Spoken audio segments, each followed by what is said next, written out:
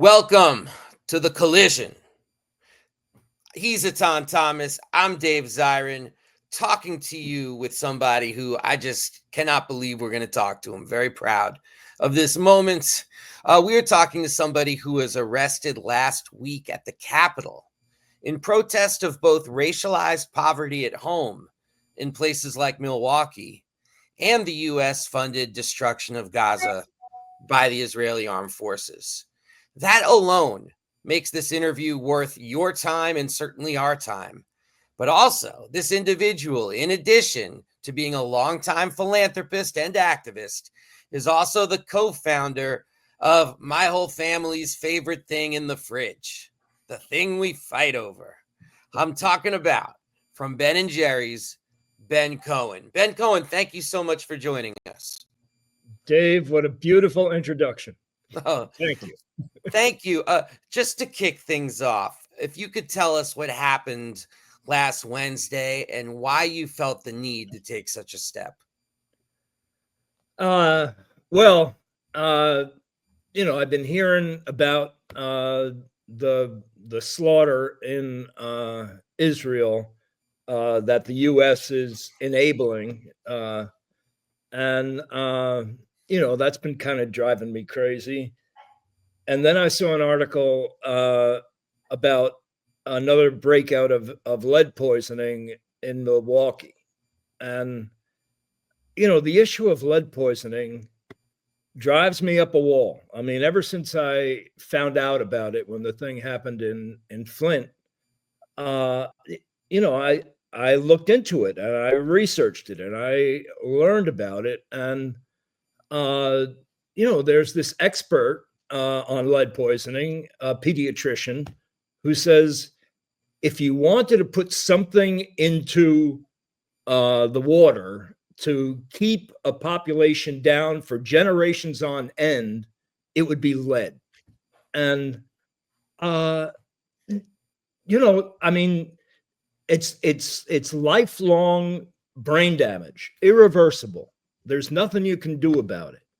And we know what causes it, and we know how to fix it.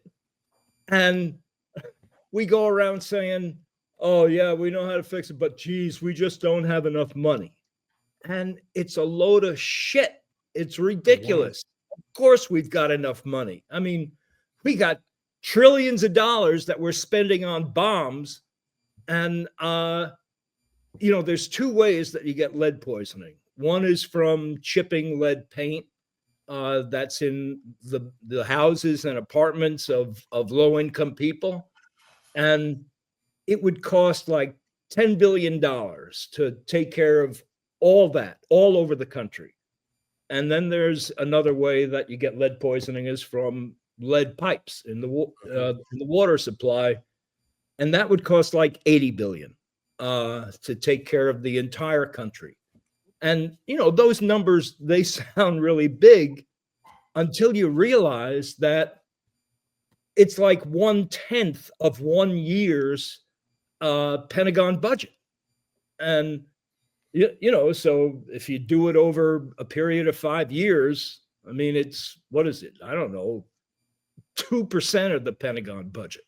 It's ridiculous. We have unlimited money to kill people. And, oh, I'm just so sorry. We don't have enough money to take care of our people. Mm-hmm. Wow. So, I've reached my limit. Everybody's got their breaking point. And, I wanted to go chain myself to the White House fence. The White House fence has been militarized. You can't get to the White House fence anymore. Heavily armed guards. There's a moat. You can't get within, I don't know, it looks like 100 feet of the White House fence. And so, the folks I work with suggested that, well, you can disrupt a congressional meeting. And I said, well, gee, I don't know whether that's really going to be effective. And I guess it was. The most effective thing I've ever done. Yeah. And Etan, before you go, I just wanted to let our listeners know that Ben Cohen wrote an incredible editorial in Newsweek about the experience and his motivations, we'll be putting that out on our social media feeds so folks can even get a deeper dive. To you, Etan, please. Sure. I wanted to, before we get into everything that happened, at Congress, I wanted to read one of your tweets, and I thought it was, really profound. And if you could just go into a little bit more depth for me. You said, we are expected to be good Americans and look the other way as Israel prevents food, water, and medicine from reaching the remaining people of Gaza. Israel is literally starving them to death. We must speak out and demand a change in policy. We can't be complicit in starving kids to death. Mm-hmm. That was a, very powerful tweet. And just go into a little bit more depth, because I don't know, here in the States, we're not really shown what is really going on the way that we should be by our media. It's viewed as a, as a war, and not a slaughter, not a genocide, but as the two sides that are fighting. But let's go into a little bit more detail with your tweet and everything that's going on over there right now. Yeah, it's not a war. Mhm. It's a slaughter. Mhm. I mean, they got these bombers that fly over there and dropping. I mean, I read a statistic. They're dropping 500 tons of bombs per square mile. It's unbelievable. They've dropped more explosive power than the Hiroshima bomb that we dropped. They're totally annihilating a good part of the population and destroying just about every building there, turning Gaza into rubble. And Gaza was it was a city. I mean, there was hospitals, schools, universities. Not anymore. So, and they're doing it with our money, my money. It drives me up a wall. It's crazy. And you're right, Etan, that they don't want you to see what they're doing. They learned that lesson in Vietnam. We can't let them see the people that we're killing, because people don't want to kill other people. And I mean, that's not it's not transparent like they say they are. It's a cover-up is what I'd call it. I mean, you think about the Iraq war, what was it? Shock and awe. Mm-hmm. And what they showed us was fireworks. Oh, look at the beautiful bombs. Oh, yeah, really cool. Fire trails, everything. They don't show you what happens when those bombs hit. It's not a freaking video game. Right. It's real people getting burned to death. So, excuse me for going off. No, by all means. I wanted to ask you as well. Like you, I'm from New York City. I wasn't raised in Brooklyn, just born there. Like you, I was raised Jewish, and I've always felt that as Jews, we had a responsibility to speak out when the Israeli government engages in these kinds of genocidal activities. Yet far too often, is mainly Israeli Jews or Christian Zionists or whoever, they come down on you like a ton of bricks. Right now, we're seeing the weaponization of anti-Semitism to try to shut down entire colleges. What's your perspective? Maybe you could speak a little about that. As a Jew, why you see this issue as having a moral imperative, as well as your thoughts about this weaponization of Judaism. Well, I mean, for one thing, we recently celebrated Passover. which is about the Jews escaping oppression. And now Israel is the oppressor. Mhm. So that's there's a real conflict. Mhm. And the idea of equating criticizing the government of Israel with anti-Semitism is absurd. I mean, we're not criticizing Jews. We're criticizing the government. Yes, it happens to be a Jewish state, but we're criticizing a particular action of of the state. And people criticize particular actions of the United States all the time. I mean, I'm shocked, really, that somehow or other they've been able to make this case, or I don't know, is it a law that it's now considered to be anti-Semitic to criticize Israel? That's a real misunderstanding of what anti-Semitism is. Yeah. I mean, anti-Semitism, as I understand it, is hating Jews for being Jews. Mhm. I certainly don't hate Jews for being Jews. I love Jews. Actually, I love Jews, and I also love Jesus Christ. I mean, they tell me he was a Jew. So, I don't know. You asked a few questions. I don't know if I really answered. Yeah, no, absolutely. And if Etan, if I could, is anything in your own Jewish upbringing that's also led you to these politics of being anti-war, anti-genocide? Because that's what I see becoming so abused right now, is that I feel like we have a tradition of standing up, and they're saying, no, you're wrong. Our tradition is about Israel, at all costs, with no apologies. Yeah, I mean, my Jewish upbringing was pretty much about how we were oppressed and discriminated against because we were Jews, and that made me feel sympathetic to other minorities that have been oppressed and discriminated against. And I mean, I was opposed to the way Israel was treating Palestinians way before they started bombing them to death. Mhm. The way they were controlling, they were occupying Palestinian territory in opposition to the United Nations, in opposition to most every other country in the world, in opposition to the International Criminal Court. I mean, I don't know.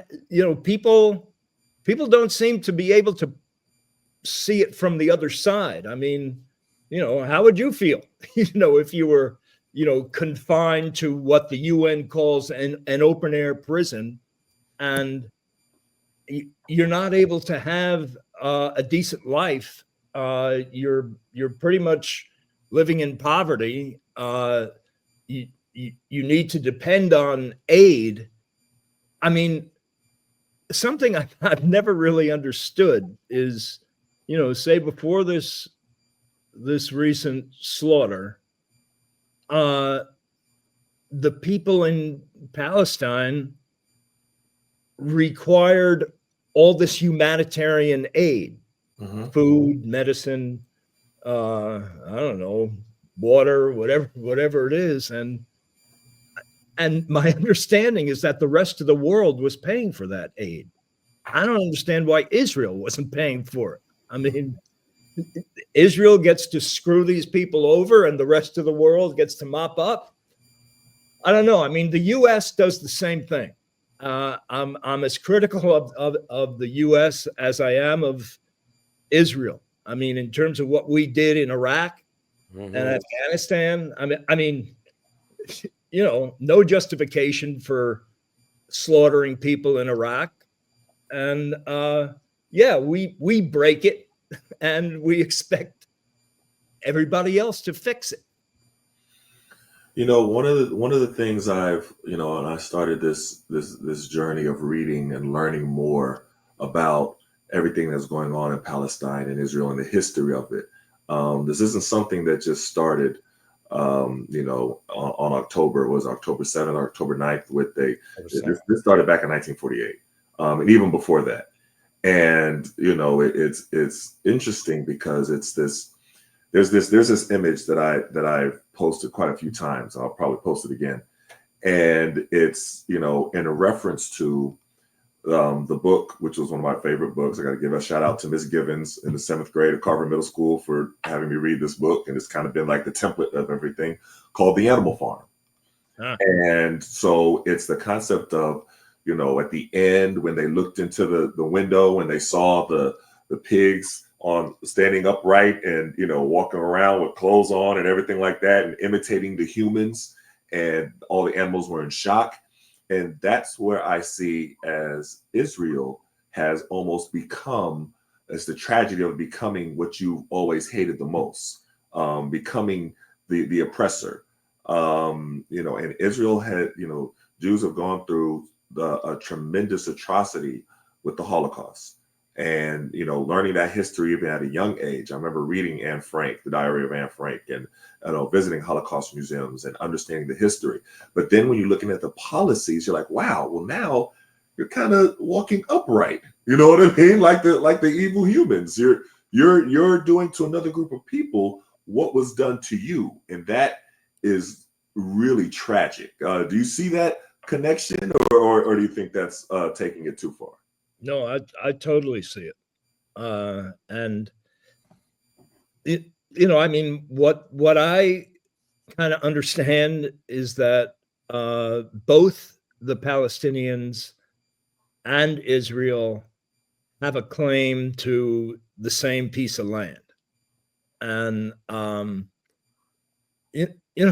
mean, I believe that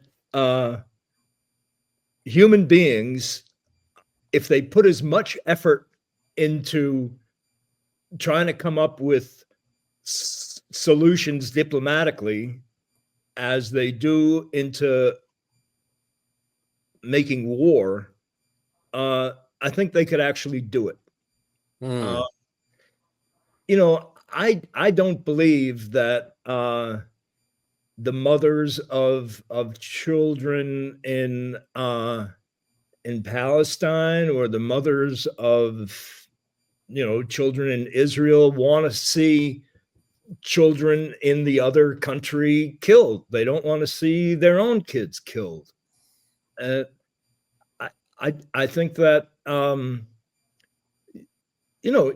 Israel could have set it up so that people in Palestine were living a good life, were allowed to prosper, and didn't feel like they were prisoners, and then I think they wouldn't have been so pissed off. I mean, what would we expect, Americans to do if we were occupied? We're supposed to cooperate and lie down? I hope. Yeah, you're right, and it's the notion of you coming in and taking somebody's land and then telling them they have to go live in the basement, or it doesn't seem like it should be that difficult to understand. And when you start bringing up the atrocities, okay, well, should Israel even be there in the first place? Like, are they occupying this? Like, well, it's complicated. That's one thing that I've heard so much. And it doesn't really sound that complicated to me. I mean, I'm looking at the facts and rolling. I was like, well, y'all are saying this is so complicated. I don't know. It doesn't seem like it's as complicated. You took their land and now you're slaughtering them, and now you want to take more land. I don't know. I think it is complicated. And I think the Palestinians' beef might actually be with the UK. I mean, my understanding is that I mean, at the end of World War II, the Jews were being systematically exterminated. They needed a homeland where they could feel safe. And my understanding, and I could certainly be wrong, is that the United Kingdom had control over that area of land, what's now Israel and Palestine, and the world leaders made a decision that the Jewish homeland was going to be where Israel currently is. I mean, I don't know. So that decision was made, I think, not by Israel, because Israel didn't exist. Well, it's definitely true that like numerous locations were discussed in so far as resettlement, which also gives lie to the idea of Israel, where it currently is, being affixed in our mind as this eternal homeland that's our land by right, because they were looking at Guyana, they were looking at parts of Alaska. I mean, there were proposals out there for a Jewish state. And yes, the Balfour Resolution, the taking of that land and invisibilizing or just lessening the humanity of the people who lived there. And by the way, the people who lived there were from all religions too, like a small but significant number of Jews. I mean, before the state of Israel, you had a Palestine where people did live alongside one another. And yet what you had then was, after World War II, okay, the Jews are going to resettle there. And then you get the Nakba, which we just passed the anniversary of, which was Jewish militias with, of course, England and the world looking in the other direction, violently and physically depopulating the land. And that's what makes the demand of the movement so strong, is they've always said that they want the right to return, which the UN has sanctified as a human right. And yet when it comes to Palestinians, like with so many human rights, they're left on the outside looking in. Yeah, I mean, I personally believe that Israel has a right to exist, and but I think they have a responsibility to treat their neighbors with humanity and kindness. So now, I can hear Jews in Israel saying, well, they were exploding suicide bombs in cafes and stuff like that. I mean, I don't know what the answer is, but I can tell you what the answer is not, and it's not murdering and slaughtering and destroying a civilization. Let me say real quick, the term Israel has a right to exist, but I never hear, Palestine has a right to exist. Well, I believe Palestine has a right to exist. But it has to go hand in hand. And that's the issue, that it always stops at Israel has a right to exist, or Israel has a right to defend itself.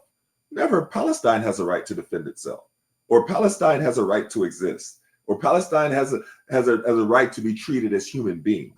It's only Israel, and it's that language that then makes the good guys bad guys, the divide in the way that we're being shown, or the issue is being broadcast here in the States.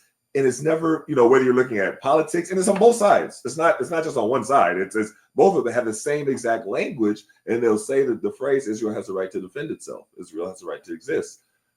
Never Palestine has a right to exist, or Palestine has a right. I appreciate you bringing that up, Etan, because I'm going to start changing my language. I'm going to say Palestine has a right to exist and Israel has a right to exist. I think this discussion has, turned a lot of people on to the idea that a lot of us really are wrestling with big questions, but the immediate question of stopping the bombing, stopping the withholding of food, Like, we have to get those right, or there won't be a Palestine to save. And we already, that's what they're trying to do. I mean, yeah, they're trying to make it utterly uninhabitable. I mean, they're not hiding it. I mean, Right. I was just looking at some quotes from Netanyahu and their defense minister, whatever. I mean, they're saying we're going to completely expel the Palestinians from this land. It's going to become our land. And what the latest thing is, we're going to ship 1 million of them to what, Libya or something? Libya is what they said. This is unbelievable. The forced depopulation of people, what Jews suffered time and again, what brought my family to this country is now being perpetrated on another people. It's nauseating. Ben Cohen, what advice do you have for people who want to get involved, who want to do something? I know so many people who are just looking at this and smashing their phones on their desks. What can people do you think? There's a group that I'm familiar with called Win Without War that's been doing a lot of work on this. I would get in touch with those guys. They're, visit their website. And I think it really helps to call your congressperson. It doesn't help to email them. It doesn't help to do anything else. But if you call them, that definitely makes a difference. And I think if letters to the editor in your local paper, because your local congressman reads those, they keep track of that because they want to get reelected. Let me go back to something, because I wanted to just present this when we were talking about originally when the entire world, after everything that happened with the Holocaust, decided that is the land. And you said that there was a lot of different pieces of land that was considered. Never was it considered Germany. Help me understand why you would punish someone that has absolutely nothing to do with what happened to you, but not punish the group that, even if everybody wasn't complicit in it, some people look the other way. So it happened in Germany. Why would Germany be the ones that are punished, or carving out a piece of land there? Like, help me out with that. It makes sense. I mean, I could kind of understand how the Jews might not want to hang out around Germany, but I think you're right. I think that the country that creates the problem ought to have to create the solution. Of course. Ought to own it. Yeah. Well, and Germany itself, I mean, I think they've really done a good job of atoning for that sin. It's interesting. My wife has a mother, like most wives do, who was in a ghetto, and she happened to escape. But the German government, I mean, she's 96 now. The German government pays her reparations. And, I visited Germany a few times and talked to the people there, and, they have done an amazing job of, just making the people who live there aware of what Germany did under the Nazis. And, they're all, apologetic. I mean, they're embarrassed. They're ashamed.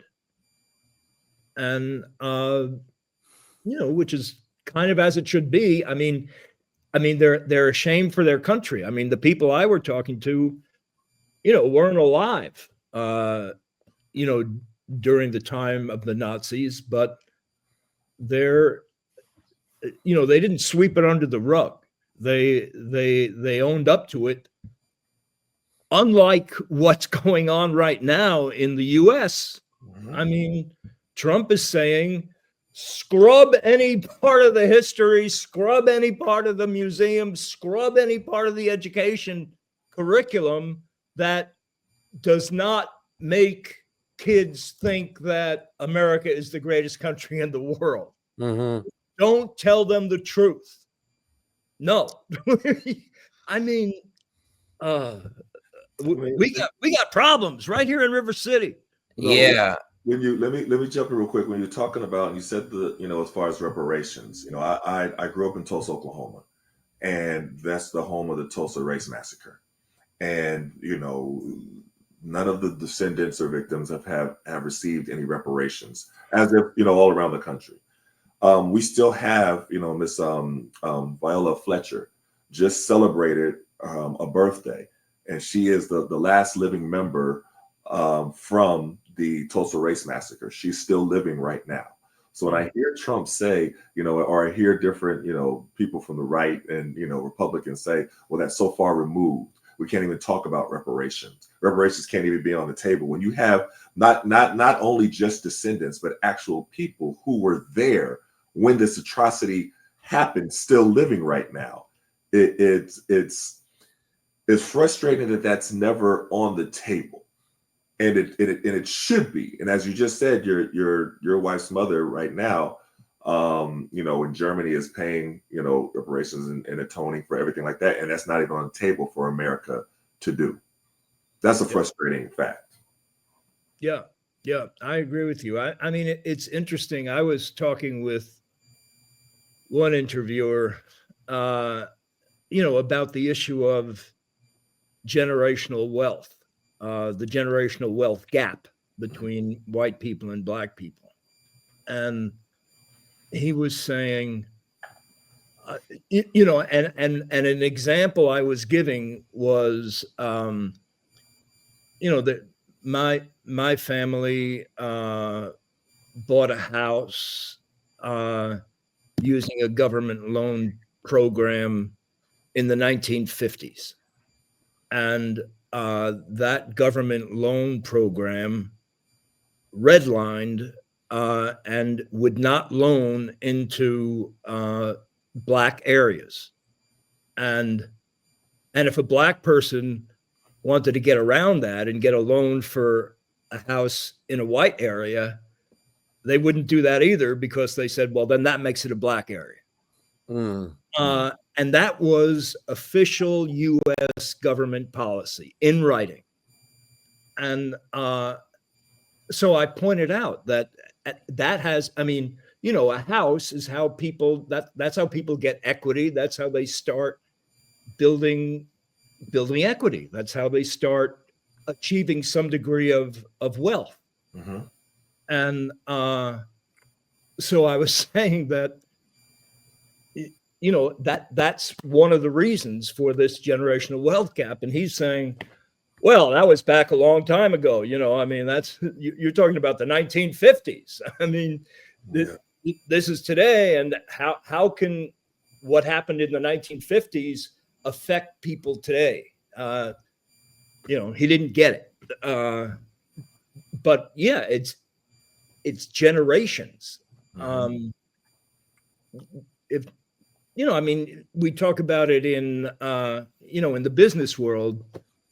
Somebody wants to start a small business, and the first investments that you get are friends and families.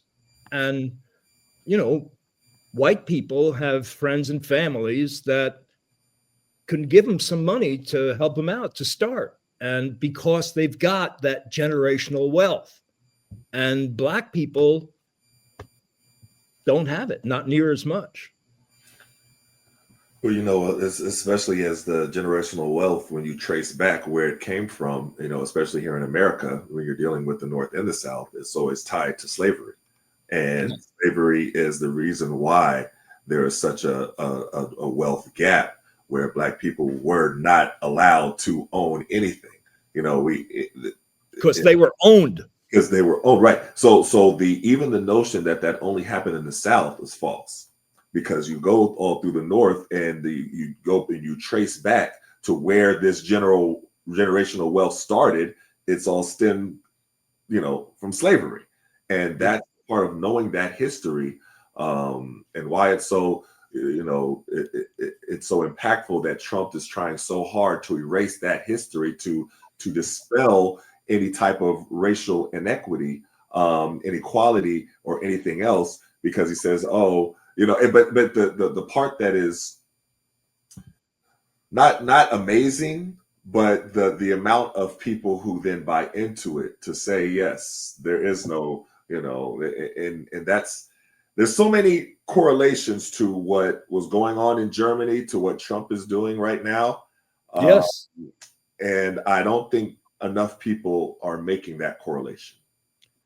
Well, I was just reading some article that said, we're two professors, we study fascism, we're leaving the country. We're going to Canada. You mean the 51st state? I'm not sure Canada's going to be that safe. Shove comes to push. Maybe look at some New Zealand properties. But yeah, these are very challenging times, certainly. And I think the Germany U.S. slave system comparison is very, very important for two reasons. One, it acknowledges both the transatlantic slave trade and its after effects as a genocide, which this country does not want to do because there are practical implications to that. And then two, you do the compare and contrast, and frankly, it's embarrassing. Like, they take an extra effort in German schools to talk about the sins of Nazism. Meanwhile, we have schools named after Confederate generals. So it's completely in a different approach. I mean, if Germany did their history the way the U.S. does their history, there would be Adolf Hitler statues all over Germany, and you'd have to accept that. And then you have to ask, then, like they say, protests for Palestinian rights make Israeli students feel uncomfortable. It's like, who gets to feel comfortable and who doesn't get to feel comfortable is another part of this whole question, and why we privilege groups over others. So let me ask you this, Mr. Cohen, Ben. Yeah. Can you take us through everything that happened in Congress when you got arrested? Just walk us through everything that happened, because it was such a powerful scene, and such a powerful statement. So I really have to commend you for it. But walk us through everything that happened. Sure. So I said I want to chain myself to the gate. My people said, that stupid idea. And they said, what we're going to do is we're going to set up a press conference in front of the Capitol. And then after that, a few people will go off and disrupt a congressional hearing. And I was one of the co-founders of an organization called the Eisenhower Media Network, which is a group of retired military officers, an admiral, a general, and a bunch of colonels, and some people from the intelligence community. And so one of those, there was a woman, Josie, who is one of those veterans, and she organized this press conference. We had a bunch of vets, we had a bunch of doctors, some religious leaders, a couple of Congress people, and myself.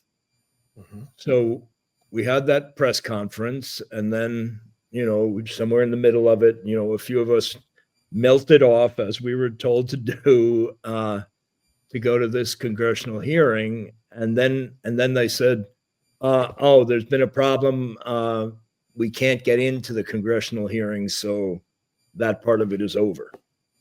So we're starting to walk away, and then they said, "Well, we think we can get you in." So, I went in, and we're walking along, going to the hearing room, and I'm saying, "Well, when am I supposed to get up and disrupt?" And they said, "Well, there'll be some other people in there that are also going to be disrupting. So when they disrupt, you disrupt." Okay. And what am I supposed to say? Well, say something about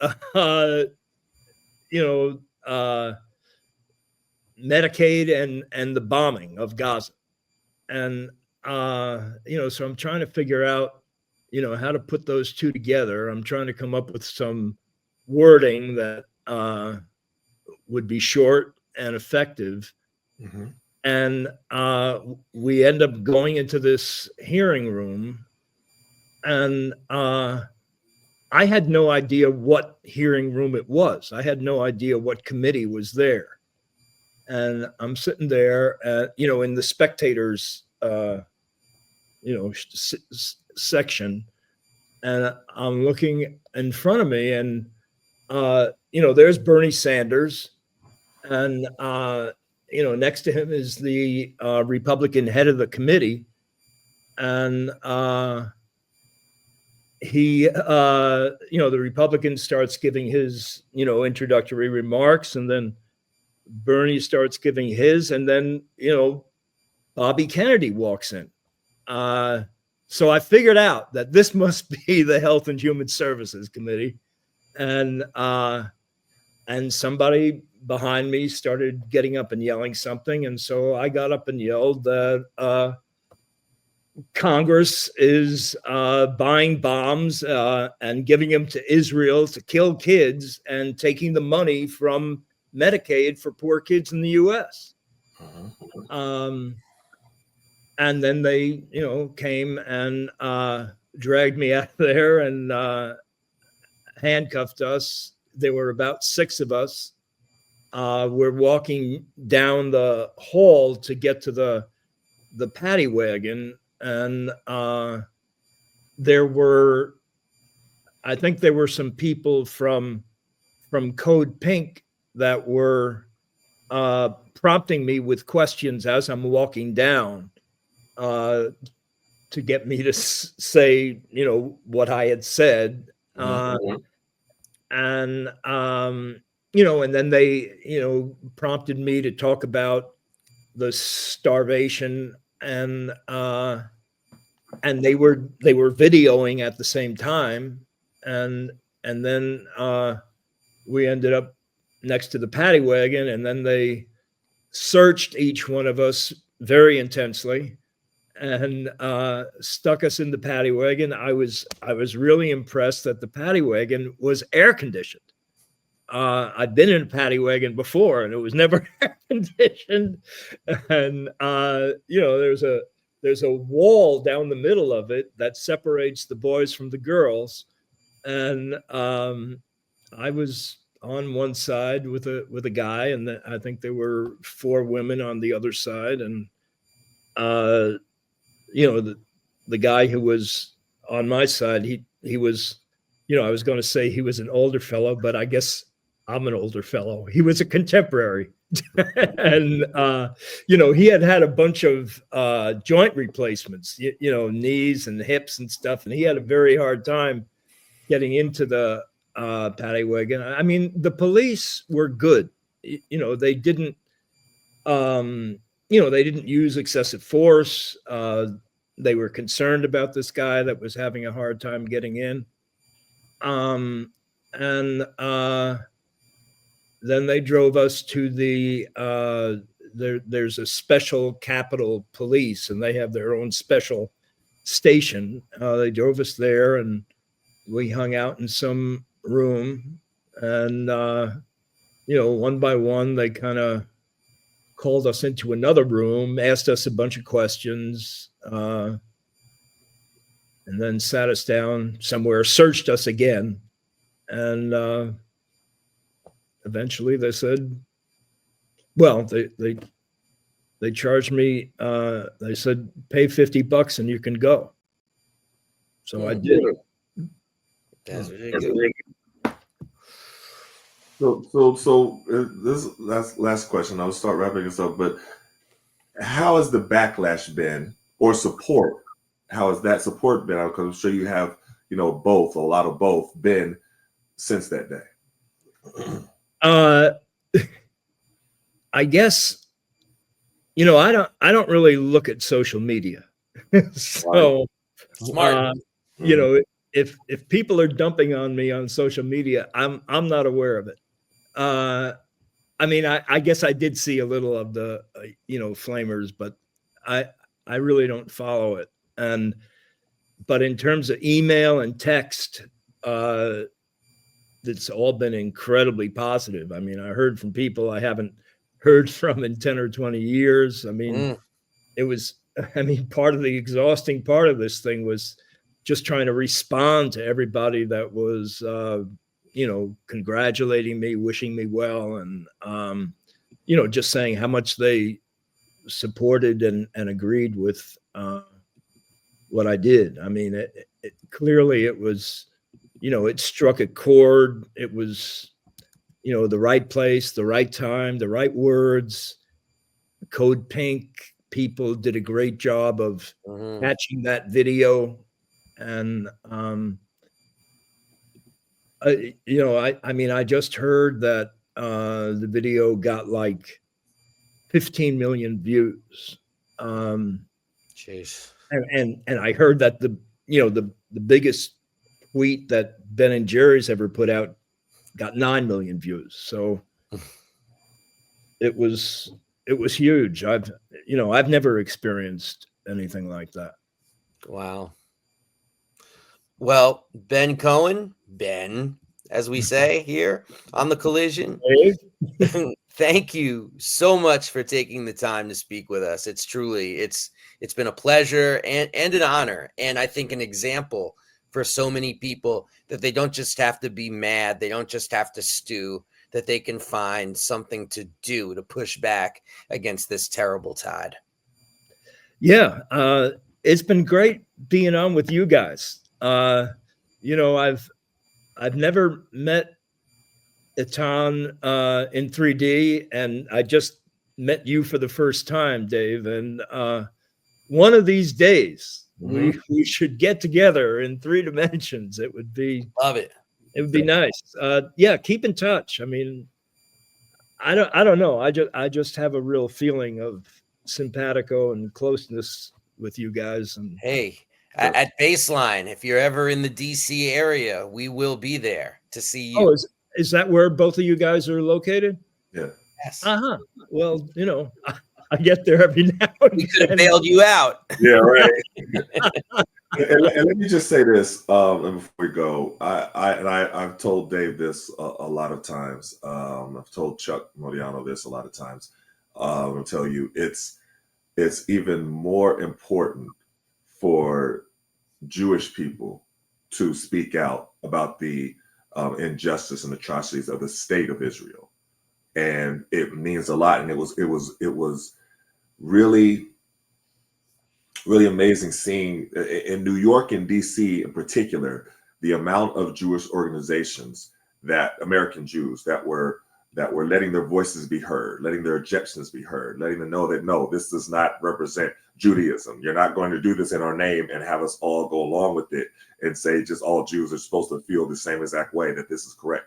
And that really does mean a lot. So I just wanted to encourage you to keep using your voice. You are a celebrity. I know you don't consider yourself a celebrity, but you are definitely a celebrity, and you have a powerful voice. And the reason why, when you made that statement and when you took that stance, why it got 15 million views, because of who you are. You are the co-owners and co-founders of Ben and Jerry's. You know what I mean? And so it's really important. So much respect to you, and please continue to use your voice. And thanks again, for coming on the Collision. We really appreciate it. Well, a lot of respect to you guys too. All right, thank you. Come up visit in Vermont one of these days. Hey, what are you, Burlington? It's nice. It's nice in the summer.